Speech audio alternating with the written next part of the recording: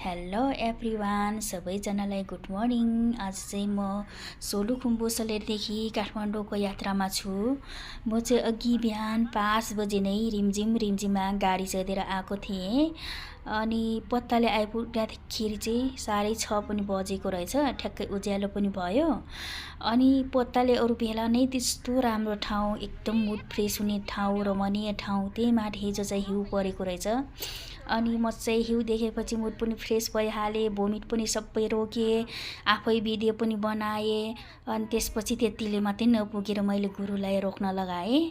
अनि रोकेपछि हामी सबैले आफ्नो तरिकाले फोटो खिच्यौँ, भिडियो पनि बनायौँ। मैले चाहिँ अरूलाई नै फोटो पनि खिच्न लगाएको थियो, भिडियो पनि बनाउन लगाएको थियो। त्यतिले मात्रै नपुगेर मैले चाहिँ आफैले रेकर्ड गर्न पनि भ्याएँ।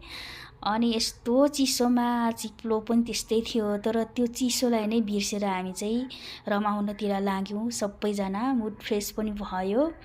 अनि गुरुजीले बोलाउनु भयो कि अब चाहिँ जानुपर्छ, टाइम यति नै, भरे हामी नै गाह्रो हुन्छ भन्दाखेरि पनि म चाहिँ नमानिकन खेलिरहेँ, हिउँ पनि खेलिरहेँ, भिडियो बनाइरहेँ आफ्नै तरिकाले। अनि गुरुजीले ल अब चाहिँ जानुपर्छ भनेपछि म चाहिँ गाडीभित्र चढेर गएँ। अनि तल चिया खाने ठाउँमा पुगेपछि मैले चाहिँ माथि हिउँ खेलेकोले चिसो भयो, एकैचोटि दुईवटा, एउटा तातो पानी एउटा चाहिँ दुध चिया मगाएर खाएँ। तल पनि थिराउँदै थिएँ। अनि त्यहाँको आन्टी चाहिँ कति हाँस्नु भयो क्या मेरो हालत देखेर। अनि चप्पल त्यही माथि फेरि हिउँ खेलेर आएको थुरुरु घामिरहेको छु। अनि त्यसपछि हामी चाहिँ चिया पिएर त्यहाँदेखि लाग्यौँ। हामी चाहिँ बाटोमा एकदम राम्रो ठाउँ हेर्दै गएँ। बिहानै त्यस्तो फ्रेस भएर होला, हिउँ देखेर होला, मुड फ्रेस भएको थियो।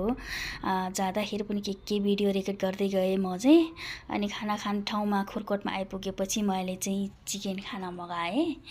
अनि चिकन खाना मगाएपछि सुरुमा चाहिँ खानको लागि मैले स्पुन मागेँ होइन, स्पुन मागेँ। अनि त्यसपछि चाहिँ फेरि स्पुनले पनि खाएँ। एकछिनमा त स्पुन त फालिदिएर मैले दुईटै हात पनि छोपेर खाएको थिएँ क्या गाइस। अनि खाना पनि यस्तो बवाल मिठो रहेछ। त्यहाँ पाउने सबै खानेकुरा पनि राम्रो रहेछ। अनि मैले चाहिँ आलु भुजिया रहेछ कि गाइस, आलु भुजिया चाहिँ यस्तो मिठो लाग्यो। एउटा हातले चम्चाले मुखमा खाना लगाइरहेको छु भने अर्को हातले चाहिँ भुजिया मुखमा नअति खाइरहेको छु। अनि भुजिया चाहिँ 3चोटि थपेँ मैले गाइस। अनि भुजियाको लोभमा मैले चिकन नै बिर्सेछु। अनि अन्तिममा चाहिँ चिकन उफ्रेको रहेछ, त्यसरी नै खाएँ मैले चाहिँ। अनि यसरी खाना खाइसकेपछि हामी फेरि त्यहाँबाट लाग्यौँ आफ्नो गन्तव्यतिर। आजलाई चाहिँ यति नै।